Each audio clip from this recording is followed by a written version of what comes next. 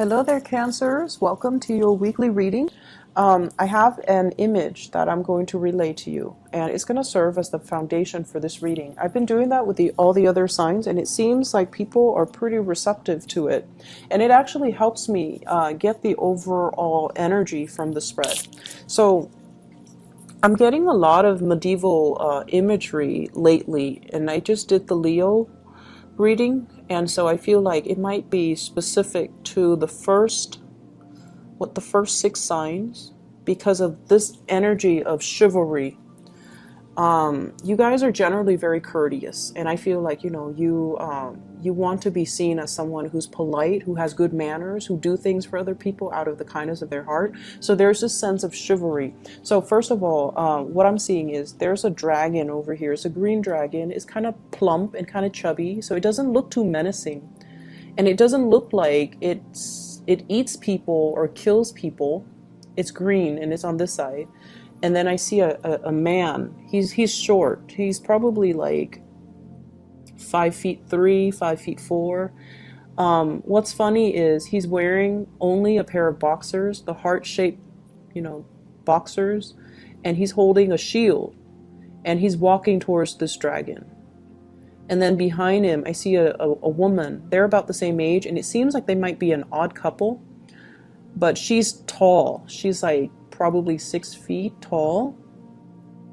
She's also holding a shield. She's wearing those medieval dresses, and she's behind him, and they're both headed towards this dragon. So when I saw that, I was just thinking, it seems like there's a major thing in your life that you're heading towards or you're doing that you're not fully prepared for. That's what I'm getting. Because the way I looked at this dragon, it looks plump, and you might assess the situation like, oh, it's harmless. It's not going to, hurl fireballs at me and roast me alive, because in your eyes, you're like, it's plump, it doesn't look too menacing, but you're wearing your boxers and you're headed towards this thing that is, 10 times your size. It could be very careless with you and hurt you.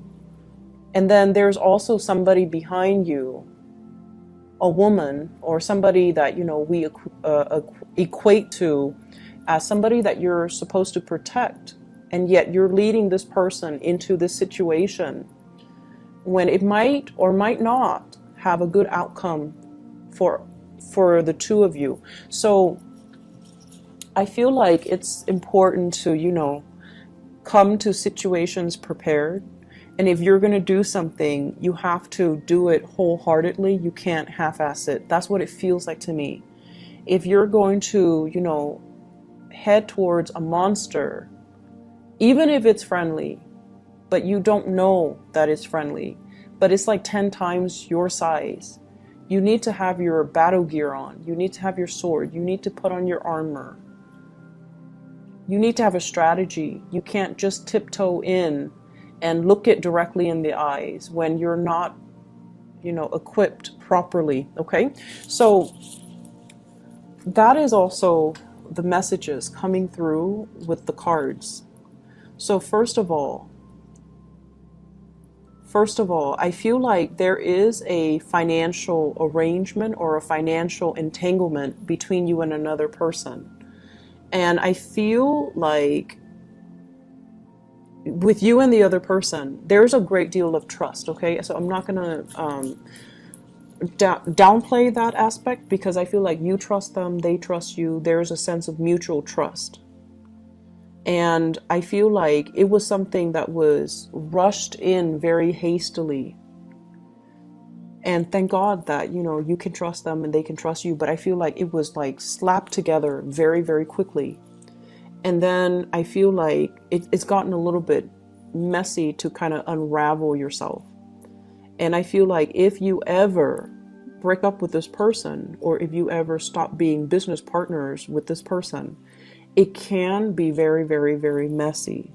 So that's the first thing I'm seeing. Something that was slapped together in a very hasty manner, and it was not well thought out. And I feel like you and the other person are figuring things out as you go. And it's almost like, you're doing things out of necessity, and you're like taking it one day at a time.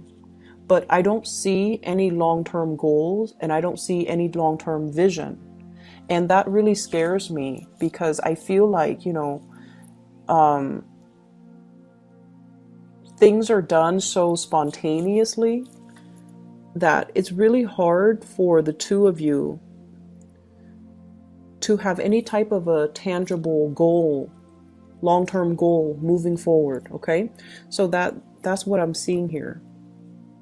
I feel though many of you have it's like you have in your mind, okay, like you're envisioning like,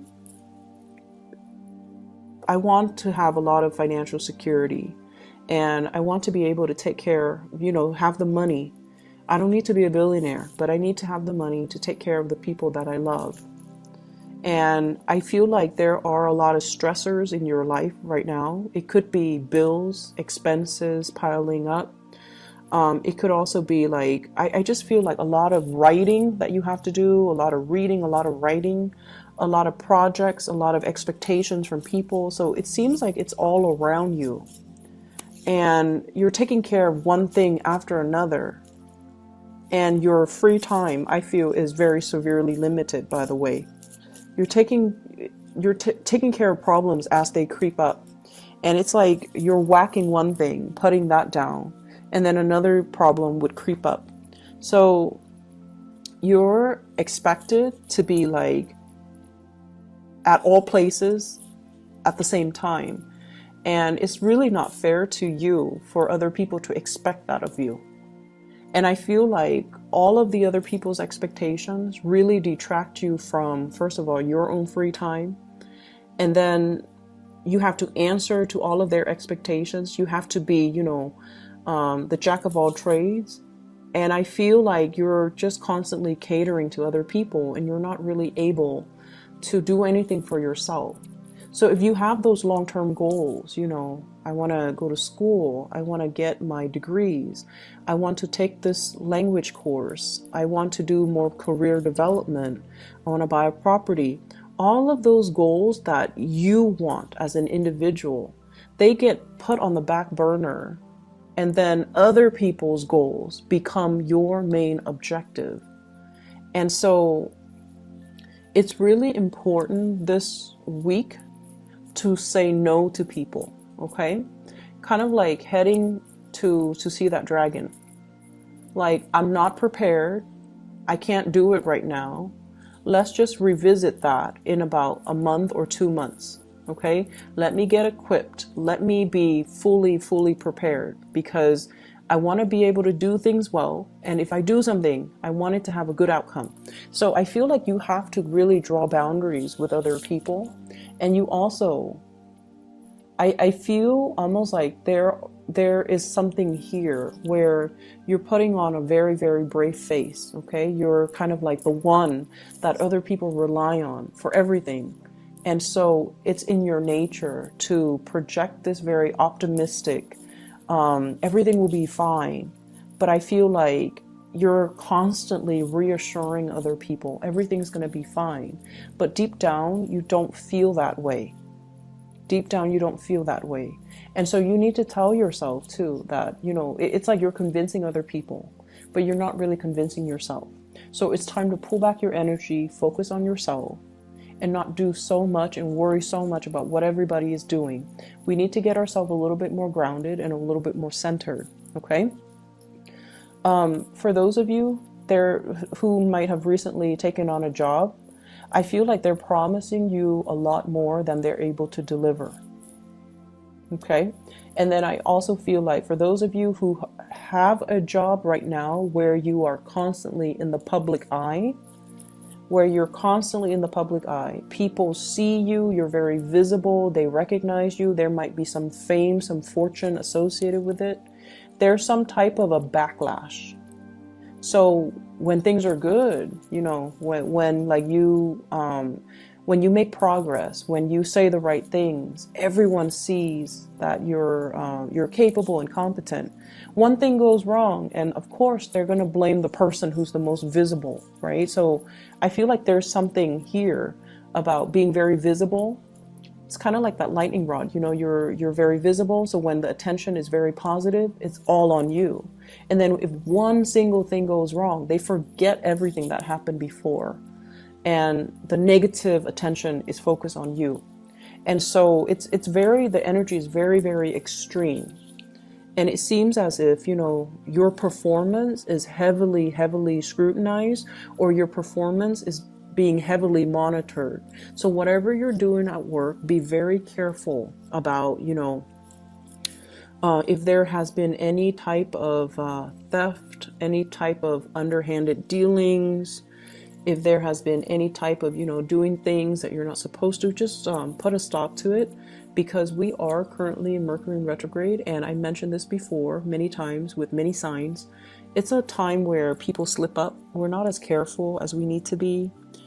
And things get found out. Okay, so I feel there's an element here about secrets being unearthed. We have here the High Priestess, secrets coming to light, and it could create a big rift between you and other people. Three of Swords, separation, pain, anxiety.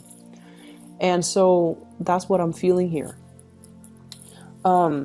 There was, when I got the image, there was a person, there is a person behind you.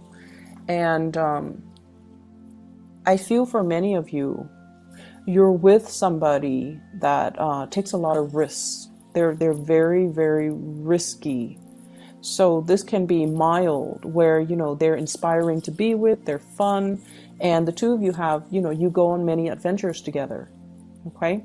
Like you travel together, you see a lot of cool things, you go to concerts, you try a lot of new things together. So it's that, you know, the man and then I see the woman, and I'm so sorry, the image was very heterosexual. But, you know, for same-sex couples, it could be the same way, where you have somebody, if you're in a relationship, they're very fun. You kind of egg each other on, you experience life together. But from the extreme end, it's somebody that can, you know, it's somebody that you could potentially make very bad decisions with, because the two of you egg each other on. Okay, so let's not let it go overboard. Okay, they definitely, I feel like there's a sense of trust. It's a really interesting mix, because I feel like it's very new, but then the trust develops very fast, which is good. And then I see financial entanglement, like I mentioned, with the other person. So I feel like you and another person are just improvising. You could be musicians, where you, for example, you're a musician, you play a musical instrument, they're a singer, or they might be another musician, and then the two of you just improvise and back and forth, and you create really great music, beautiful music together. One person could be a singer, the other person can play the instrument, and you improvise, and you can get a crowd, you know, gather around you, because the two of you have great chemistry together. And so there's an element of being able to achieve fame from that. But I feel like it's a very risky venture. There's a big element of risk if you're not careful. But I definitely see like the ability to improvise with another person, the ability to kind of like telepathically connect with another person, where, you know, they hit a high note just as you hit a high note. It's really beautiful. It's hard for us to find people that are, you know, that can understand us on such a deep level. So I feel like the two of you have a lot of fun. But I would say that it's fun, but in terms of, you know, longevity, it might not be entirely stable. Okay. If you have recently relocated and broken up with like a person from your past, you have relocated like far, you've moved far away for a job, and you had to break off a relationship. I feel something about it coming around again, or at least you're going to be able to talk things out, or at least get some closure, or at least the other person will check up on you, see how you're doing, and there can be a transformation in that situation. So like, you might not be lovers anymore, but you could be friends. Okay, so I feel like, and they might even, you know, travel to see you, and the things will pick back up again. So I don't see an end to a separation, but I feel like the two of you have the opportunities to come back together eventually. It is important though to let go of exes. You're moving on to a new phase in your life. And I feel like, you know, focus on the present moment. Focus on what you're trying to achieve and where you are right now. And like I said, you know, we can't half-ass things. We need to come to situations prepared. And a lot of the times, preparation means stop thinking about the past. Stop living in the past. Stop measuring your life with events, people, situations from the past. You need to ground yourself in the present so that you can be prepared for what the universe has in terms of opportunities for you, new love, new work opportunities, new things in general. So I feel like, you know, preparation is not just about, for example, putting on your knee pads or, I don't know, like those, the gears, the helmet and the shin guards and things like that for a sporting event. It's not just about, you know, having your sword and your shield and your armor ready, getting ready to fight. It's all about doing the simple things to simply be in the present moment so that you don't miss opportunities when they're calling to you, okay? And then doing things half-ass as well. I feel like if there is a person from your past that you're thinking about heavily and you're like, okay, I'm over it. I'm going to get over this person.